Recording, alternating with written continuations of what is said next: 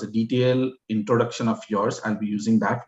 Okay, and then afterwards, I will directly move on to the questions that we have shared. Sure. Correct? Sure. Okay, and thereafter, then afterwards, we can go with the flow in terms of also having our participants questions taken up. Yes. As and when they come in. Fine. So let's share the screen, and I believe we are all set. Let's have all our participants enter the session.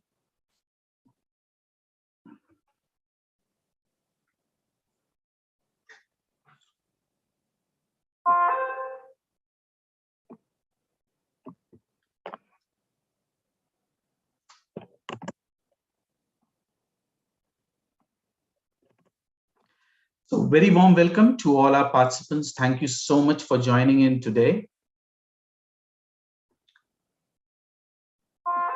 We are extremely sorry for the short delay that we had, but we are all set to begin with our today's webinar. My silence has not protected me. Your silence will not protect you. HR Association of India welcomes you all to the 2022 Dialogue Masterclass series on the topic Diversity and Inclusion. To know more about HRAI and its event, I would request all our participants to visit the link and details posted in the chat window. Request all our participants to kindly follow the webinar guidelines mentioned in the chat window. It would be great to have all our participants' feedback. We will be running a poll before the Q&A session. Request all the participants to kindly give your feedback on the session. I now take the privilege to introduce our esteemed speaker for today, Sonal Giani, Senior Technical Advisor, IPPF, South Asia Region.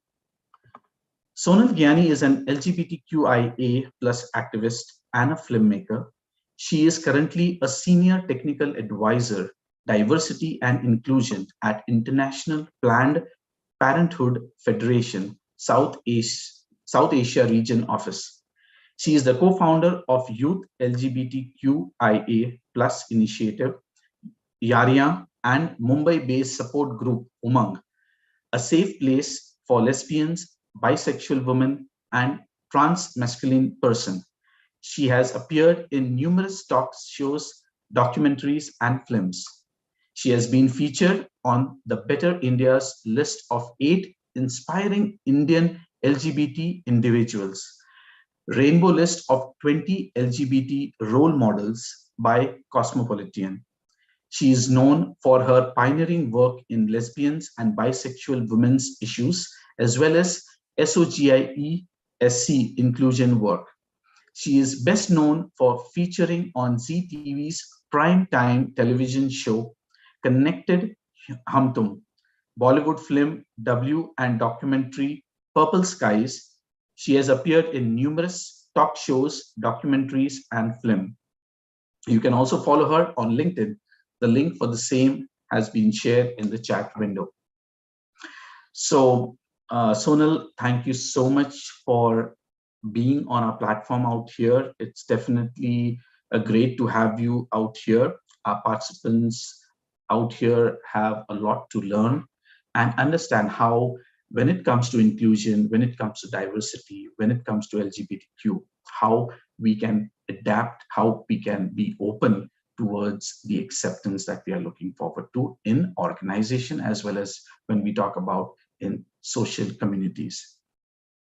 So without taking much time, we'll get into the questions and see how we can take this conversation ahead.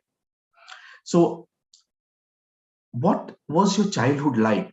Can you tell us about growing up in Goa? I believe in our initial conversation, we spoke about you growing up in Goa. So if you could have our participants also know about it, how things shaped up, how your childhood moved ahead, that would be really great. Thank you, Peterson, for that introduction. And yes, you're right. I grew up in Goa, and I know that you grew up in Goa too. But for those people who don't know about the experience of growing up in Goa, Goa is, while it's very hip and hip for tourists, it's actually like a very small town, and quite conservative when you are growing up there. Um, I grew up in a central government school. I have in terms of family, one of the reasons I actually was in Goa, grew up in Goa, is because my father was in the Navy and there's a naval base in Goa. So that's how we moved there, and my schooling and childhood happened there. And I have two siblings. I have a twin sister and I have an elder brother. So we were all put in the school together. And I mean, my twin sister is very, very close to me. Her name is Rupa, and Rupa and I are obviously very, very close to each other. So, while growing up, I never felt that, I didn't have a friend. I always had, Rupa with me constantly. And because we were twins, our teachers would usually try to keep us together only, even whether it was, sitting together in the same seat. We were constantly compared around our marks. So, challenges were all very similar. So we were very, very close. Uh, but, I never really had the language around my gender or my sexuality while growing up. So my sister Rupa, told me that I used to, like when we were growing up, she often as a kid, even she didn't have a language, like, and I don't remember this but she remembers as a 4 or 5 year old, constantly asking me, ki, Sonal, are you a boy? And I would say, no, I'm not a boy. But clearly something about my behavior was atypical. And then later growing up, when, I reached my fifth, sixth standard, that's the time I started, like any other adolescent, developing crushes or being fascinated by my classmates. And I identify as a bisexual now, but back then I didn't have the language, and I did have a crush on a boy. And so did my sister. So, we, with a lot of trepidation, actually, we had the conversation about both of us liking boys. That itself was very tough because the town was very conservative, but it went very well. And because we both were going through something similar, luckily we both didn't like the same boy. So, but anyway, we started like conversations about, this boy. And I am growing up in a like a defense family. My father is from the defense, so he was very discipline oriented. So, like true defense style, at 9 o'clock, there would be like lights off, and we had to go to sleep. But we would talk about these affections for, other boys in our class after the lights went off, and, in darkness. So in my seventh standard, when I started getting fascinated with a girl, I never realized that I like her. I just found myself talking about her a lot, this particular girl that I really liked in my class. Um, and I would start talking to about her in the night. And one of the days when I was speaking about girls in my class, my sister was like, Sonal, why do you keep talking about girls? And like, are you a lesbian? And she laughed. And she couldn't see, my expression in the dark. But basically, my cheeks went red because I felt some kind of shame. And at that time, I realized that whatever it is, like, I am not a lesbian. In fact, now when I go back and see my diary entries, I'm like writing long, almost like love letters about my classmates. But at the end of it, I'm saying that, I'm not lesbian. So that hit me quite, that particular statement, which, by the way, my sister doesn't even remember saying. It really hit me. And I never spoke to my sister about my affections towards women after that. And I think like the rest of the childhood was like that. But you know what? It was not very deeply uncomfortable because there were no relationships that anyway in our class we were having. And so I kind of kept it hidden, and I thought that, okay, people just don't talk about it, but everybody feels it to some extent. I think the trouble started when I reached my college, and that's where, relationships were more open. And I had a beautiful boyfriend, and at some point, I realized that I would like a girlfriend, like in a similar capacity. And but before, I even could figure it out or what is happening to me, somebody put up a post in my college saying that, they probably think I'm a lesbian because I'm hanging out too much with girls. And that very quickly, became like a rumor that spread around very fast. And I went through a lot of, I would say, kind of outcasting, even sometimes humiliation. And that affected me very deeply, and that is the time I came out, because after a point, the bullying was very difficult. It was, I mean, I was almost very depressed because of kind of bullying that was happening. And I came out to my mother, and my mother told me, I came out to her about my affections about both boys and girls. And she told me that because, you like boys, maybe this is just a phase. Maybe we should send you to counseling. And but that was that. My mother was very supportive, and we figured, okay, I should just take up some counseling. And but I started searching for peer groups at that point, and I knew that there was some in Bombay. And I then decided that in my placements, I would like to join a company in Bombay. And I did get an opportunity, and this company also, what do you call it, presented itself as an LGBTQ affirmative company. And I was very immediately, I felt that, okay, maybe this is the place for me. And I thought it will be friendly. But unfortunately, those rumors followed me there as well. And very quickly, it became a safety situation, for me, because there was a hypersexualization that started happening. So one that, I would go to the staff lift and I would find graffiti with my name on it. I would enter, a staff room, women's staff room to change my clothes, and the women would go into other rooms when they saw me. And I had an incident where, in my drop, somebody also tried to have a sexual overture.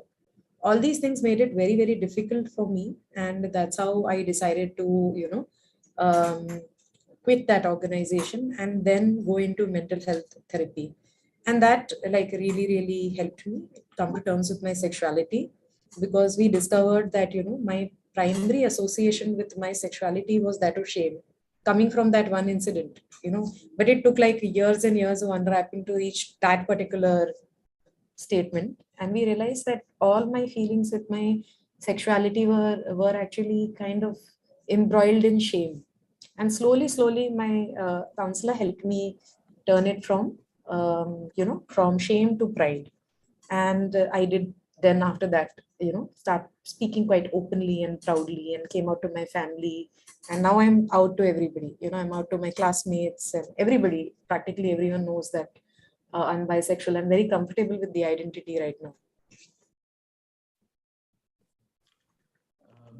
Great. Definitely a very brave aspects and challenging period that you have been through. And it takes a lot of courage to to bring yourself out, uh, showcase that it is nothing wrong, and how you can overcome the aspects. But yes, definitely hats off to you. With this, you have spoken very openly and bravely about your experiences of homophobia in your educational institute and workplaces. Can you share with us how you now feel about being able to manage it? Uh, Basically, about describing the scenarios and situations that you have been through. All right. So, in my case, right now I'm very, very out. I'm leading like international projects. I am, I've been doing activism around the country. I've been making queer films, but that transition journey, I do think that I had a lot of support along the way. I think the first primary support that I had was my sister. When I came out to her, she was very, very supportive, and I had not come out to my parents initially. So when I went through I after I quit my work. For some time I was not working, and I didn't know how to explain it to my family. So she was the one who, paid for my counseling. And from that time till now, she's been my strongest supporter. So one was the family support. Soon after that, within counseling, I realized that I would like to work for the community, because still there is a lot of misunderstanding around the community. There is prejudice. So that's when I had heard of the Humsafar Trust, and I decided to volunteer with the Humsafar Trust. There was a film festival happening there, and I saw many films. And for the first time, like all this while growing up, I had only seen representation which was homophobic, or it was very, like the queer person or anybody who seemed queer was the butt of jokes. But when I went to this queer film festival, for the first time, I saw characters who were authentic, and characters who were proud, characters who seemed more real, characters like I could resonate with. And so that, that particular festival had a profound impact on me. And that's when I felt that, no, I need to do more. I would love to make films as well. I mean, I had seen mostly like films which were, not Indian. They were all like world cinema or international films. There wasn't much about home, but still, at least it was closer to me than anything I'd seen in India.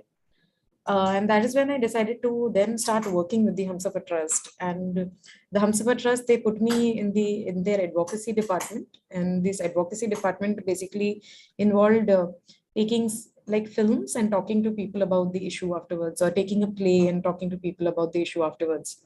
And as I started talking to more and more and more people, and these were different kinds of people, different kinds of stakeholders, some were families, some were community people, some workplace, some politicians, some filmmakers, some the range, educational institute, healthcare providers.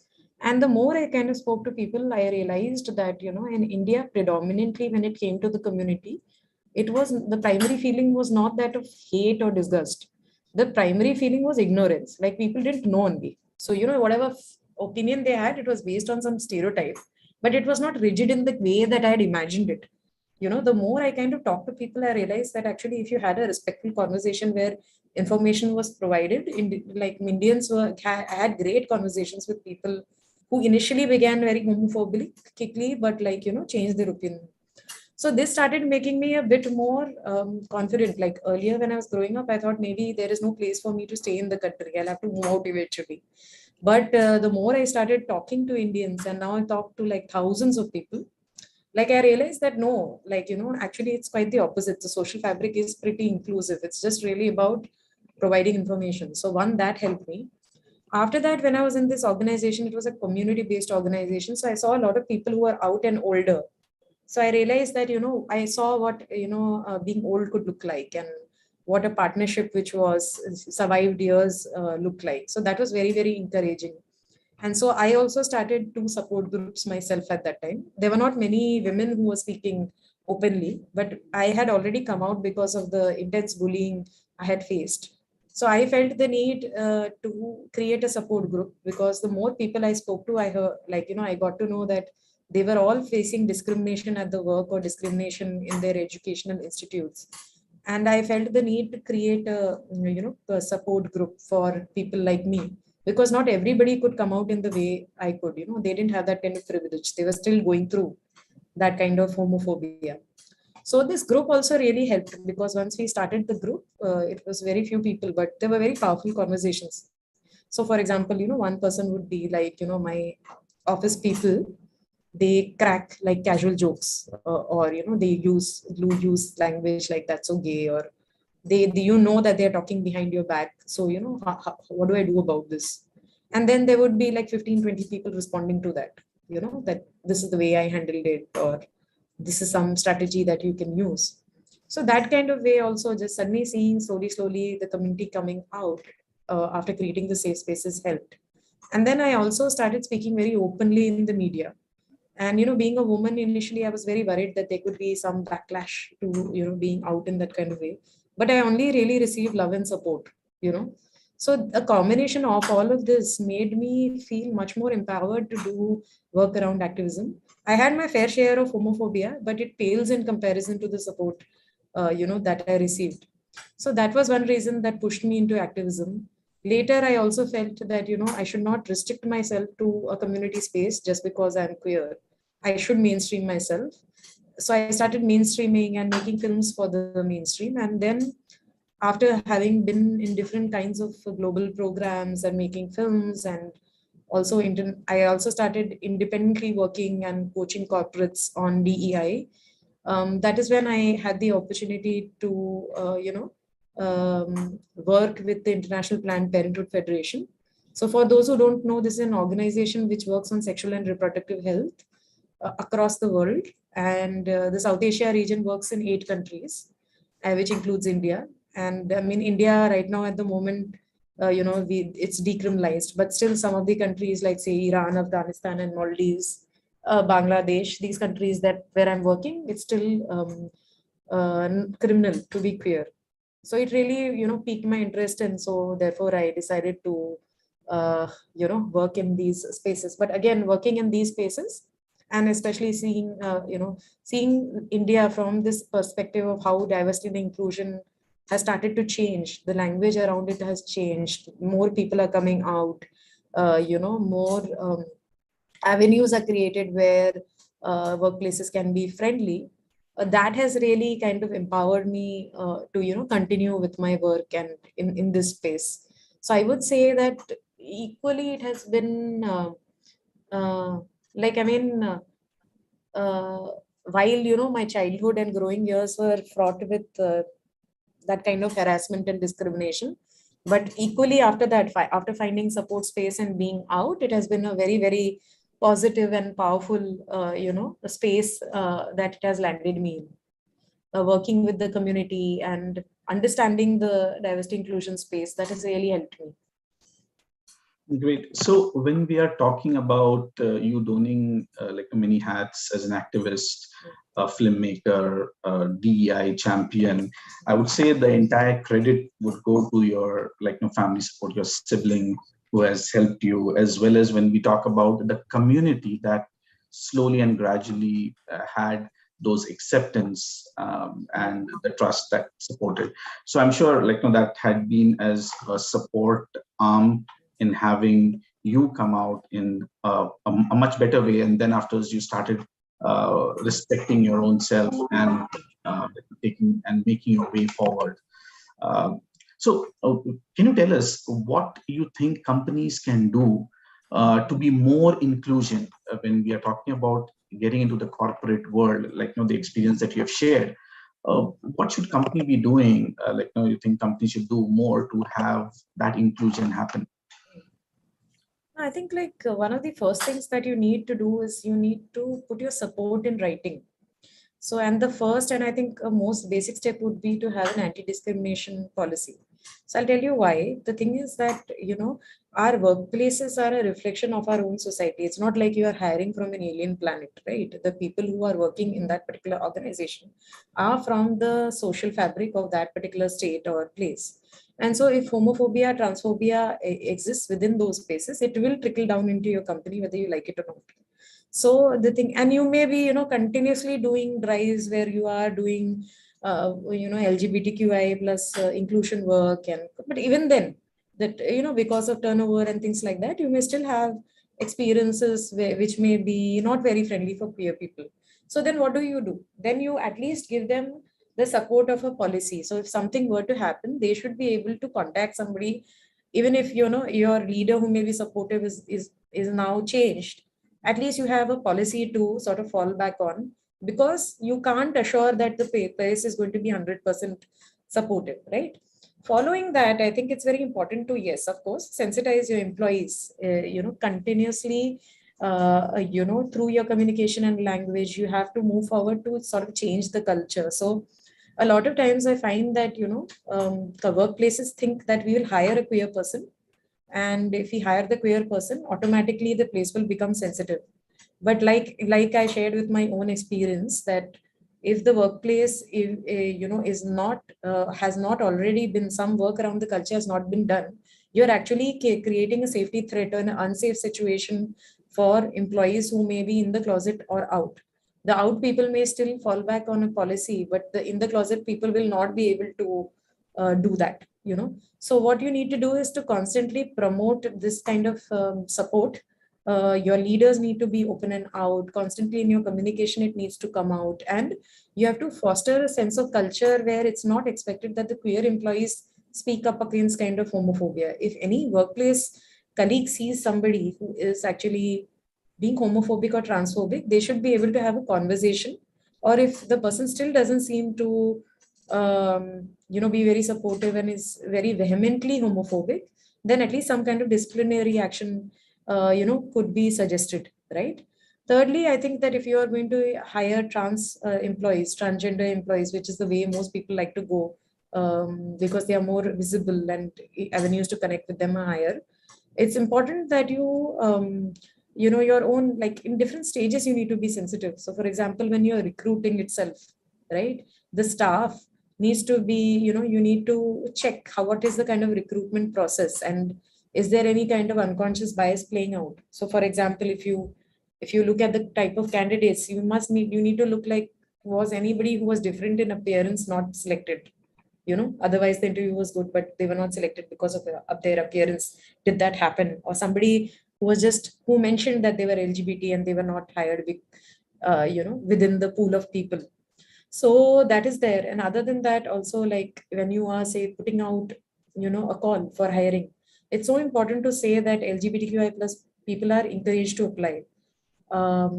Not preferred, but encouraged to apply, because a lot of workplaces assume that employees will know, but actually we don't. And it doesn't hurt you to be openly visible about the fact that you encourage people to apply. Restroom infrastructure is so important to be available. Like I find that a lot of workspaces, they are like, oh, we don't have the infrastructure. But just for a moment, Peterson, if I told you that I'm offering you a great job, but there's no men's washroom, 9 to 6, but no men's washroom. So you may join and maybe use the women's washroom, but it will be difficult. Or if I say, or tell a woman there'll be no women's washroom and ask her to use the gents washroom, it will be difficult for her. And most women will not choose to join a place where I told them just use the men's washroom. We don't have a women's washroom at all. It's only specifically for men. So if you don't provide gender neutral washrooms, actually you create safety situations. Other than that, if trans people are going through a transition community, there needs to be support from the HR, a basic minimum support. And also, of course, if you are able to do nothing, then at least try to have an employee resource group, where it can be led by queer people. So I find that even if you have a support group for people, they will self-organize and do the work that is needed.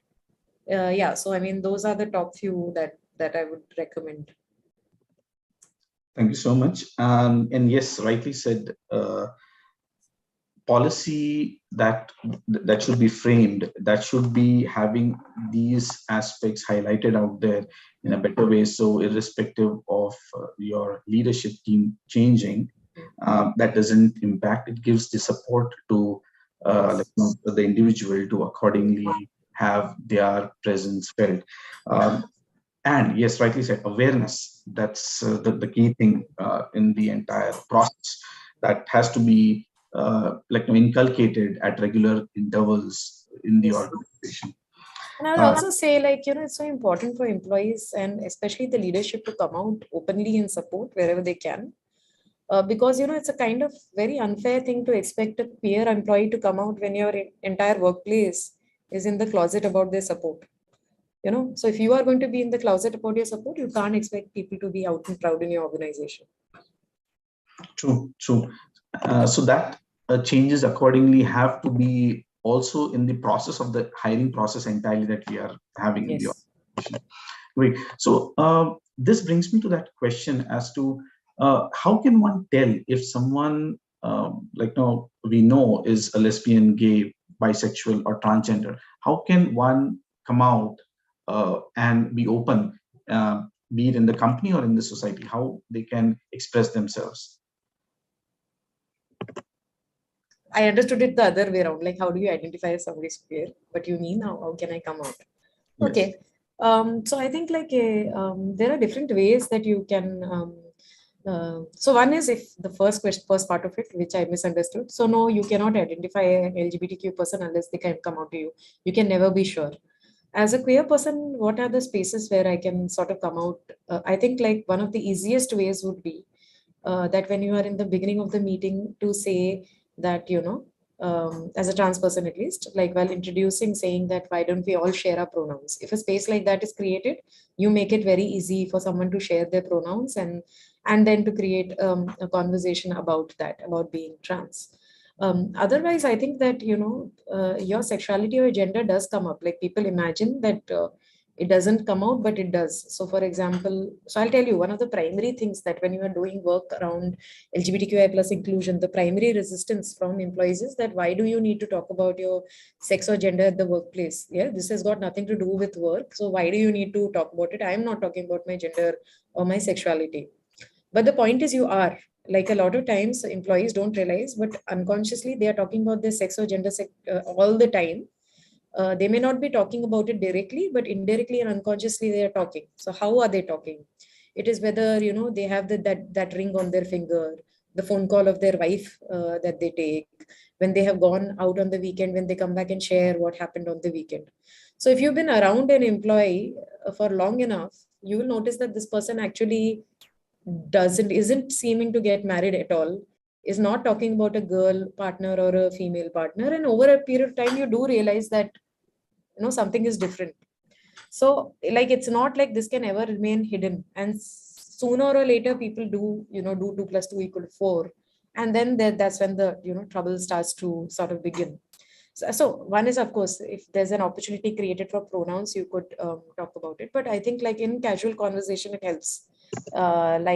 So if you are comfortable with speaking about it, when a conversation like this comes up, you can say that I went out with my partner to a film.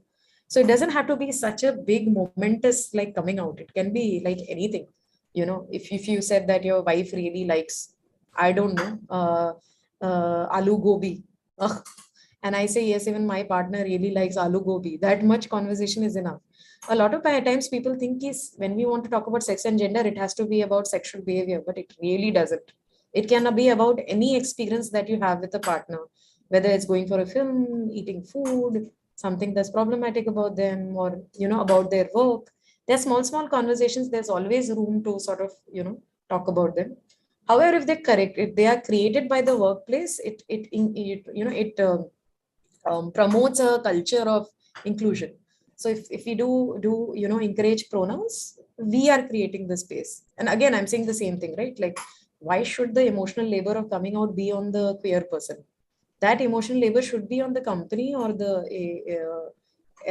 culture of the company to make it supportive. What do you think? Absolutely. The leaders and the one that are the drivers, if Yeah. they do not show that change or do not show that acceptance, it's difficult for the entire workforce to have that followed. Yes. Well, so what should we do if we think someone is a lesbian, gay, bisexual, or transgender, but they haven't told anyone yet? So Yeah. So I mean, it depends on why you want to know. So if it is not affecting you in any kind of way, and they may have their own reasons why they need to be in the closet. And frankly, if you push them out of the closet before they are ready, there are safety situations which they may not be sort of prepared for. They may be having their own reasons. So one must never push somebody to come out. And we also discourage within the community also to push anyone from coming out before they are sort of ready. However, if you are finding that there is an employee who is going through some kind of homophobia, and they need the support and help, right? And that is why you want to sort of intervene, then again, it can be done in an indirect way. You can bring up the homophobia, the person who is behaving homophobically, to a disciplinary committee. You don't have to involve the queer person. But if they are a friend and you want to still let them know that you are supportive, then what you can do is you create the conversation. So you say stuff like, okay, I was part of a talk with this Sonal Giani who was talking about LGBTQ, and I thought the talk was very interesting, and I think that more work needs to be done on LGBTQ. So you have these kind of conversations where you make your position open. If you are out of the closet about your support, that encourages another person to come out to you. So if you're very open and vocal about that, that also helps. So if you see something playing out which is problematic, like somebody making a joke and you saying something like, why do you think that's funny, that lets an LGBTQ person know that you don't stand for that kind of bullying. So again, back to, if you are out, they will eventually come to you, build trust. They will come to you and they will talk to you eventually. Otherwise, it's really none of our business. Like, it's none of my business who your girlfriend is. Similarly, it's none of your business who my girlfriend is. Unless you are friends and you feel you arrived at this place where it is important to know. So rightly said, it's all about creating that platform where, like even in an organization where you create a platform for performing, when the platform is adequate, you get the performance out. So the same way, when you create those comfort level, accordingly, it becomes easier for that person to either open up and share their expressions in a better way, which will, I believe, create a better, safer workplace for them. Okay, so what kind of things might a person who is lesbian, gay, bisexual, or transgender go through when they are coming out? I do understand their mental aspects would be in a different dilemma or confusion that they would be going through. So like, if you could share something with our participants on those counts. So if I'm in the closet and like before coming out, I think like usually there's a lot of fear that, you know, if I come out to my family, will something change? Will they stop loving me? And in the case of a very conservative family, you may actually feel that, okay, maybe I might get beaten up or thrown out of my house for coming out. In the case of women, maybe there's a very real pressure of getting married off or of sexual harm, because of your gender or your sexuality.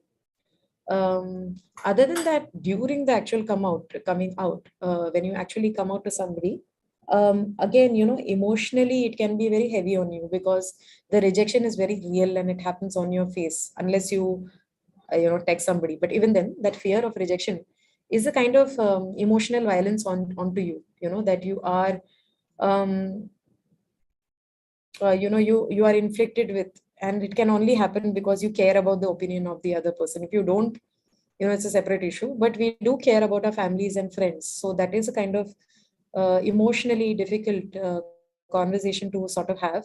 And also it's very difficult to be patient because a lot of times I've seen during coming out, people may respond very, very negatively. So for example, the family may bring up things which got nothing to do with your sexuality, like any conversation that you have with your parents, right? You must have had certain conversations where you wanted to talk about something but your family brought up something else only completely, and it was difficult, right? Emotionally difficult because your parents are older, so you have feelings. And imagine like if it's that in conversations which are not even controversial, this becomes like a really another difficult layer. So parents and family bring up things. Sometimes they may bring up your partner or be abusive about your partner. So it becomes very difficult to kind of find composure and talk. When it comes to somebody whom you like, if you're coming out to someone who likes you, sometimes I have found that, you know, a boy may express their liking to another boy, but that boy will turn around and just slap him. Okay. Now, if I was a girl and I expressed a crush over a boy, the boy would not slap me. He would just tell me that, okay, we don't work out. It's not like I'm not your type.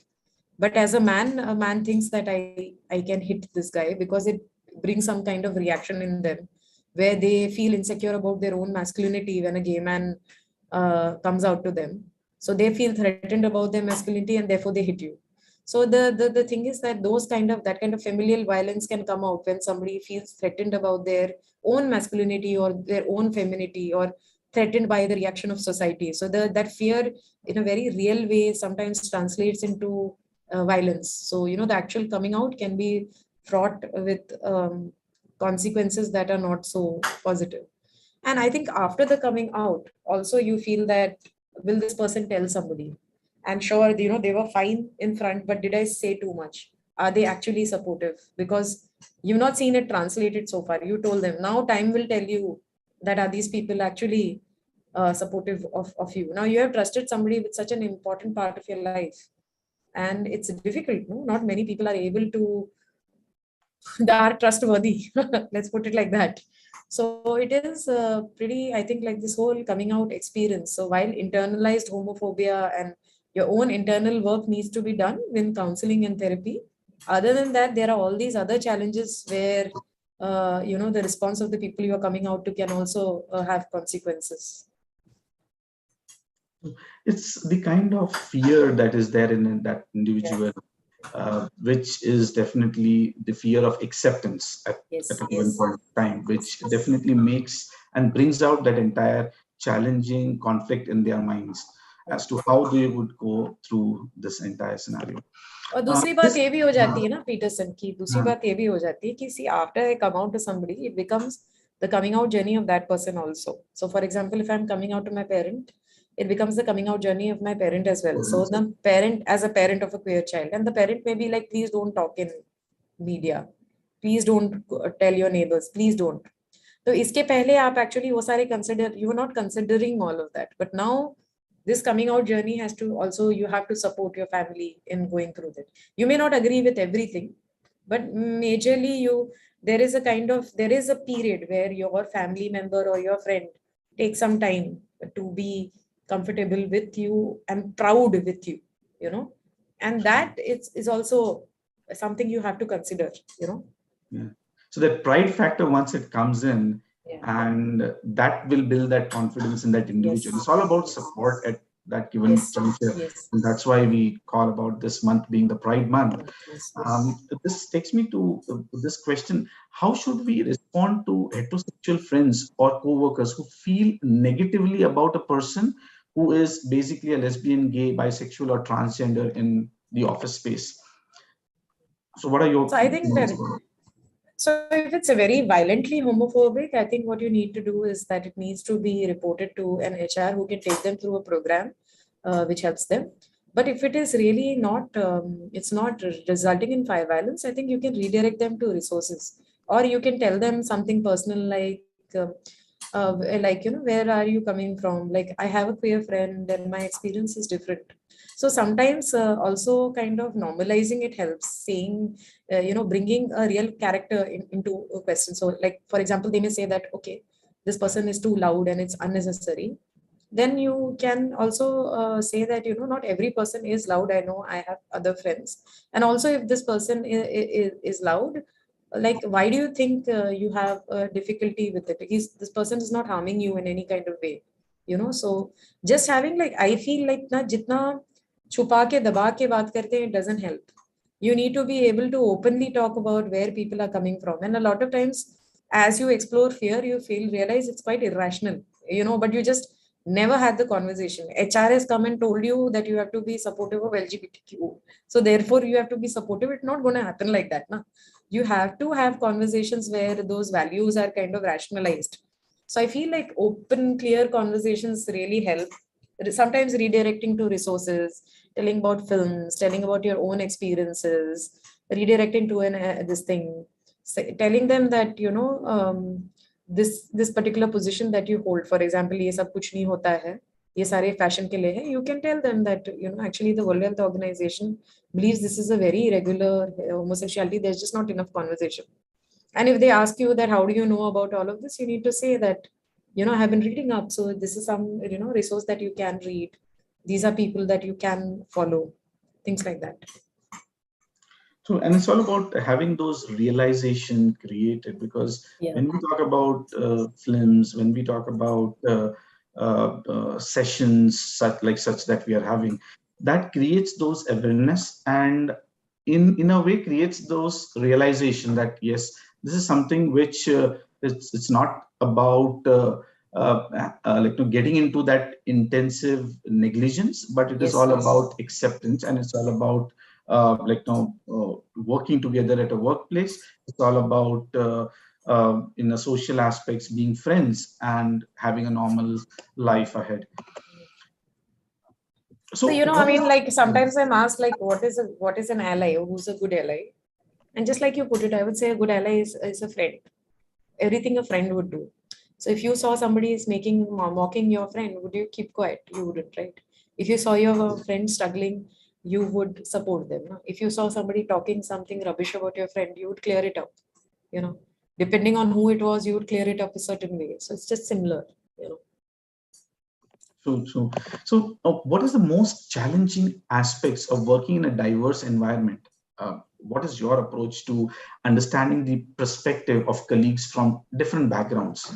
Yeah, I think it's very important that to understand intersectionality, like, the different levels of privilege may affect how you perform at work. And I think the biggest challenge is a lot of times people are unwilling to acknowledge their privilege, completely unwilling to acknowledge their privilege, unwilling to work on it, blatantly denying that, they have any kind of privilege.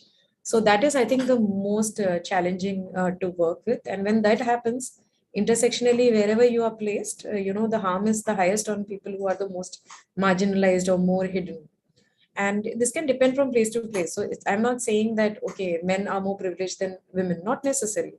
It could be that a lesbian woman who's an upper class lesbian woman is actually much more privileged than a man who is from a Dalit community or is disabled, So there are different intersectionalities that sort of apply. But I find that this work that we need to do around recognizing privilege is very challenging, because people do get defensive, because it's a difficult conversation, right? So I feel that, how you kind of work through that is to help people understand that, recognizing privilege is going to remove a lot of blind spots. It's actually, you're not seeing the complete picture. It's like you are seeing a jigsaw puzzle with 10 pieces and the rest of us are seeing 100 pieces, so if you actually see the unlock your privilege, you will see the whole jigsaw puzzle. In fact, it will help you understand so many of the challenges you are having at your work, which you are not putting the pieces of the puzzle together, you know.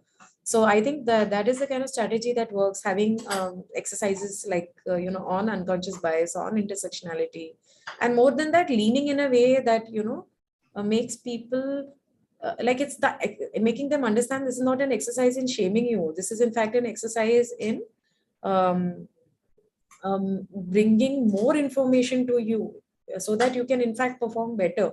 You will be able to see everything that your employees are able to see, and you will then be able to build and create together.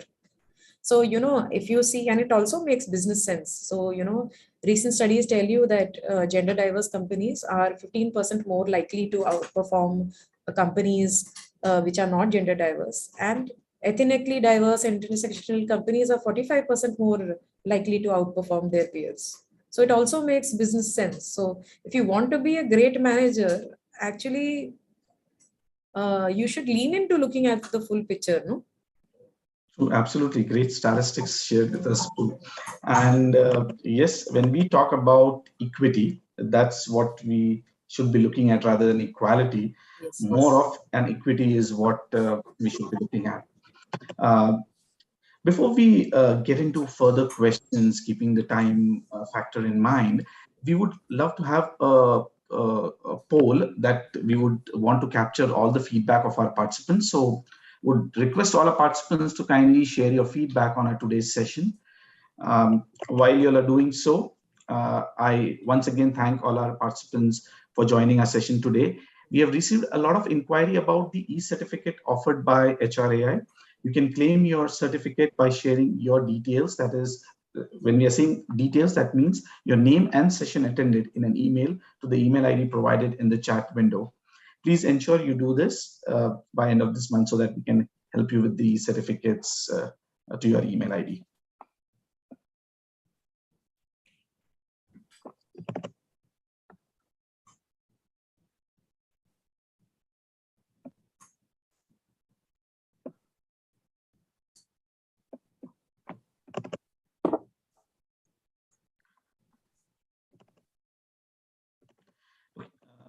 Taking a conversation ahead, Sonal, can you give us some examples as to how you can make your direct reports feel a sense of inclusion, belonging, and equity on a daily basis? There's this beautiful saying that I really like. So, diversity is being, giving a chair at the table, what do you call it? Having a voice at that table is equity, and being heard is belonging, So the thing is that you may have a team, but if they are suggesting things to you and telling you things, and you're not responsive, you're not even hearing, it's just an exercise in ticking the box and hiring them, that doesn't work. A lot of times people from marginalized communities, their opinions don't really matter. People, they should matter, but they don't matter in the way you're I think that sometimes, like, our managers miss the puzzle. They're not looking at the whole picture, that how much a team can bring. But when an employee feels heard and feels included, they will tend to offer you more solutions. So how do you make somebody feel included?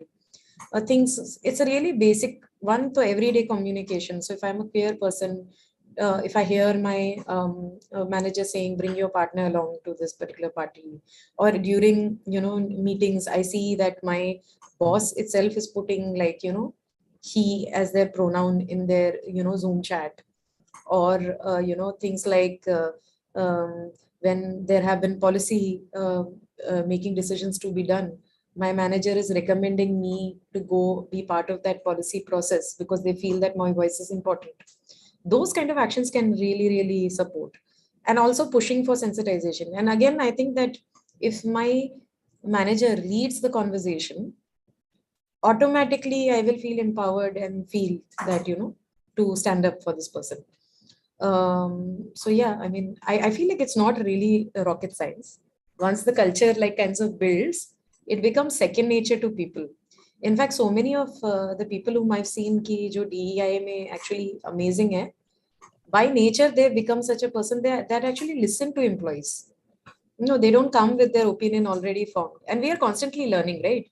There are so many communities, itna diversity, there's so much diversity that one person will never know the whole picture. It's only when more people come and talk to you. You need to be approachable and really listen. And when you listen, translate it into action, you know. Absolutely.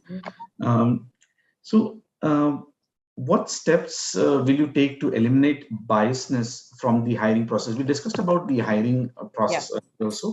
When it comes to, we need to have the hiring process more streamlined so that when we talk about those aspects of inclusion, there are no biasness in that entire process, be it the checks that have to be kept by the hiring managers or whatsoever. So can you just kind of highlight? So I think first, though, when you do a call itself, when you are hiring for a job, it's very important that you mention that in these, people from diverse communities are encouraged to apply, because otherwise we don't know. The direct assumption is that you are not. If you don't say it, we assume you are not. And you're probably not if you are not, including that in your call itself. Following that, I think that because these communities tend to be, they are communities at the end of the day because there are safety situations, right? So that is why these are communities. Otherwise, there was no need for a community. So when you are looking for hiring, it's important that you reach out to these communities and the NGOs that work in these spaces so that, you reach a diverse pool. Otherwise, if you do to go through a regular process of promoting this hiring, it will not reach the people you want to hire. So go through community networks, especially trans networks. It's so important that you go through community networks or work with NGOs who are already, working towards livelihood of these communities. And there are many. If you try to do a direct, you won't get the kind of response if you go through somebody who is running a livelihood program. Thirdly, nowadays, especially when it comes to LGBTQ, there are many, hiring kind of job fairs happening. So if you go to these job fairs, instead of us having to take the risk if your workplace is safe or not, we just come to the fair and we know it's safe. So again, footfall is much higher. There's a higher chance to interact with communities who are themselves and feeling their full selves while coming for the hiring. So they are more comfortable.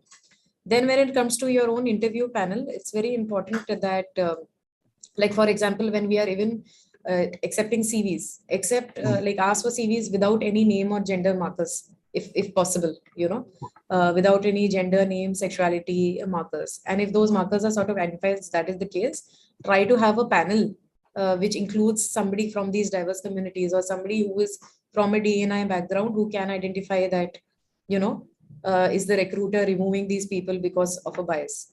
Fourthly, I think there need to be markers also to identify is there like a mini-me syndrome happening in the room? In the name of culture fit, are you leaving out people who are not like you? So how will you expand the culture if you're not hiring people who are different? And what are the reasons? So which is why I think all of these things, if you kind of keep in mind, keep in track, the kind of form also you are this thing. Was there a restroom available, while the hiring process was happening? Did the dress code affect people? Did you make sure that, the dress code is gender neutral, that you are open to gender neutral dress code? Things like that. Because, if I have to go to an interview and I mean, there's a lesser chance I would want to be gender bending. So if I wear very stereotypically binary clothes in the interview, the quality of my interview also gets affected. Also allowing online interviews, making some room, like if I'm a trans person, allowing for an online interview, because maybe all the way coming there I might face a lot of violence and I might not be in a good space to give you that interview. Or if you're calling for an interview, making sure the security guard knows, because then just before entering your interview I will have a half an hour conversation about gender I will have a bigger interview with your security guard than I will with you, which I can't share with you, but it will affect my mood. So things like that. So that's all about creating the environment in and around you so that the comfortness is there. Yes. That's very important. As we conclude with our session, like this final question that I would take more from the organization perspective, where do you believe the company and the HR specifically has the most opportunity to improve the DE&I efforts in the organization? I think first and foremost, like I said, policy, change your policy across. Secondly, infrastructure. Infrastructure needs to change. And you want to look at accessibility at all levels. So thirdly, when you are building a program or you're building, you're considering hiring or building a policy, a lot of times people try to do it standalone. Like, they will try to make a LGBTQ friendly work plan without involving anybody from the community. So kind of a committee that can. I mean, there are so many queer groups who are, dying to help, workplaces become more inclusive. They are dying to be going there and help you, but you will try to make this washed up policy without them. So, like I would say that, like reaching out to queer groups, queer networking really, really will help you. There are groups like, Working with Pride, which is a group of people, DEI people working with LGBTQ people. It's amazing. That group is sharing resources across India, that there are people from this thing. Similarly, a network like yours where people can sort of meet each other. So being part of networks like really sort of helps. And other than that, the leadership, nothing works more like the leadership. If the leadership is not open about their support, it will not trickle down. Simple as that. Kitta bhi policy kuch bhi bana do, your culture is defined by its leadership. So they have to come out. At the end of the day, if you are not going to be out openly about your support, it's not going to happen. So I think Vandana has a question. Vandana has a question, yes. So, Vandana, I created this resource website, which has Indian resources for all kinds of resources, whether it is, material on diversity and inclusion for workplace, material on religion, films, talks, movies, literature, in different languages about the LGBT community of India. So within that, there are a list of support groups as well. And for everybody else, if you need anything else, you can go into that website and, collect resources. I'm also reachable on Instagram and, YouTube, LinkedIn. So if any of you would need more resources, please feel, free to reach out to me. I hope this helps. Yes, she has responded great. Thank you so much for the link that you have shared. Welcome. So thank you, Sonal, for an enlightening session and helping us create the awareness. It has been a pleasure being with you today, and I'm sure our participants have had a lot to learn, get themselves aware, updated about the information that you have shared. Thank you so much. Before we conclude with our today's session, we would also want to thank the association members, that is Geisha, NASCOM COE, LinkedIn Local, Talcro, TLE, WICCI for supporting these HRAI events. To know more about these associations, I request you to kindly visit the link provided in the chat window. Thank you once again, dear speaker and our participants, for joining us today. Do join us for the next masterclass session. That's by Subra Sanyal on the topic Diversity and Inclusion on the 29th of June 2022. Request you to kindly register for this event at the link mentioned in the chat window. Also to join the Dialogue 2022 WhatsApp chat group through the invite link shared in the chat window. That's it from us today. See you soon. Stay safe, take care, and bye for now. Thank you so much, Sonal. Bye-bye. Take care. Thank you. Bye. Bye-bye. Thank you, Shyam. We can hereby conclude with our today's session. Sure, thanks. And thank you, Rashi.